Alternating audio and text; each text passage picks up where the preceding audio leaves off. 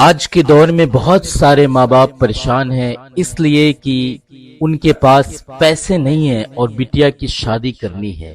عمر تو ہو چلی ہے پر لڑکے والے نے اتنا سارا دہیج مانگا کہ رشتہ ہی ٹوٹ جاتا ہے۔ بہت سارے ماں باپ پریشان ہیں۔ ایسی ایک واقعہ میں آپ کے سماعتوں کے حوالے کرنے والا ہوں۔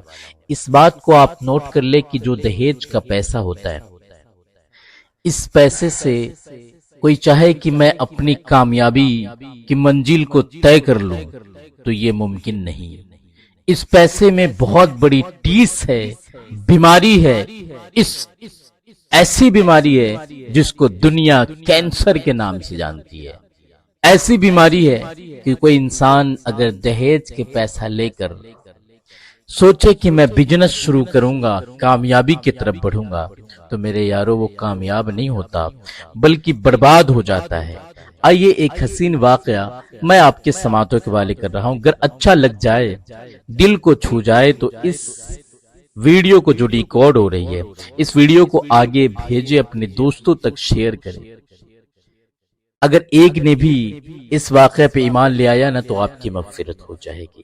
آئیے اس واقعہ کو سنتے ہیں جو میرے نظروں کے سامنے سے ایک واقعہ ہوا۔ ایک 15 سال کے بھائی نے اپنے والد سے کہا، ابو جان، باجی کے ہونے والے سسر اور ساس کل آ رہے ہیں۔ ابھی ہونے والے جیجا جی نے فون کر کے بتایا ہے۔ اس کی بڑی بہن کا رشتہ کچھ ہی دن پہلے ایک اچھے گھر میں طے ہوا تھا۔ لڑکی کے والد صاحب کا نام احمد صاحب تھا۔ احمد صاحب پہلے سے ہی اداس بیٹھے تھے۔ دھیرے سے بولے، ہاں بیٹا، ان کا کل ہی فون آیا تھا کہ وہ 1-2 دن میں دہیج کی بات کرنے آ رہے ہیں۔ دہیج کے بارے میں آپ سے ضروری بات کرنی ہے، انہوں نے یہ بات مجھے کہا ہے۔ بڑی مشکل سے احمد صاحب کہنے لگے، بیٹا، بڑی مشکل سے یہ اچھا لڑکا ملا ہے۔ کل کو ان کی دہیج کی مانگ اتنی زیادہ ہو کہ میں پوری نہیں کر پایا تو کہتے کہتے ان کی آنکھیں بھر آئی۔ گھر کے ہر ایک فرزند، ہر ایک شخص کے من میں اور چہرے پر فکر کی لکیریں صاف دکھائی دے رہی تھی۔ لڑکی بھی اداس ہو گئی۔ خیر اگلے دن سمدھی سمدھن آئے، ان کا بخوبی استقبال کیا گیا۔ احمد صاحب نے اپنے سمدھی کے لیے طرح طرح کے کھانے پینے کا انتظام کیا۔ کچھ دیر بعد کھانے پینے کے بعد بیٹھنے کے بعد لڑکے کے والد نے لڑکی کے والد سے کہا، احمد صاحب اب کام کی بات ہو جائے۔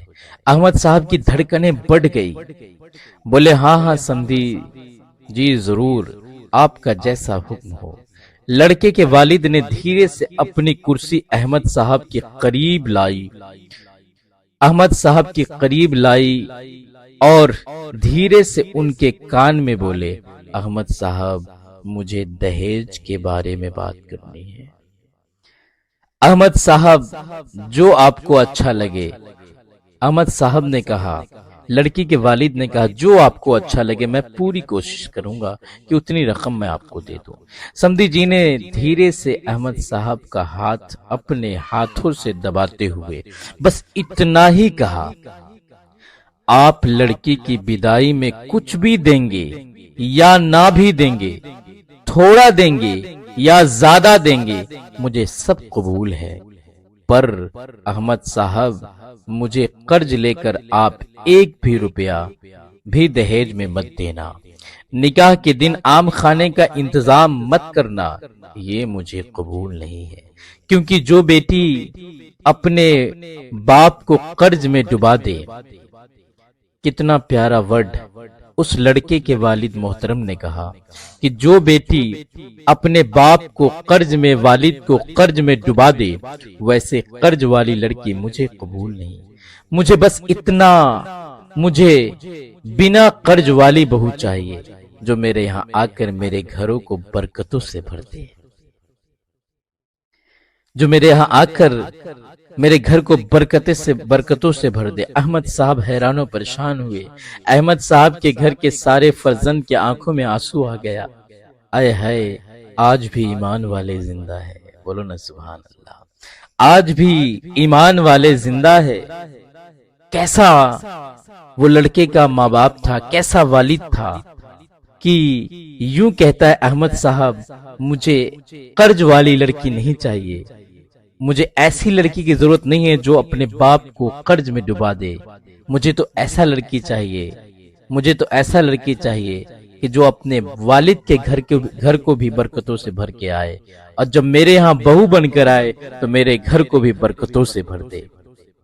محترم ناظرین، احمد صاحب حیران ہو گئے، ان سے گلے مل کر بولے سمدھی صاحب بالکل ایسا ہی ہوگا جیسا آپ نے حکم کیا ہے۔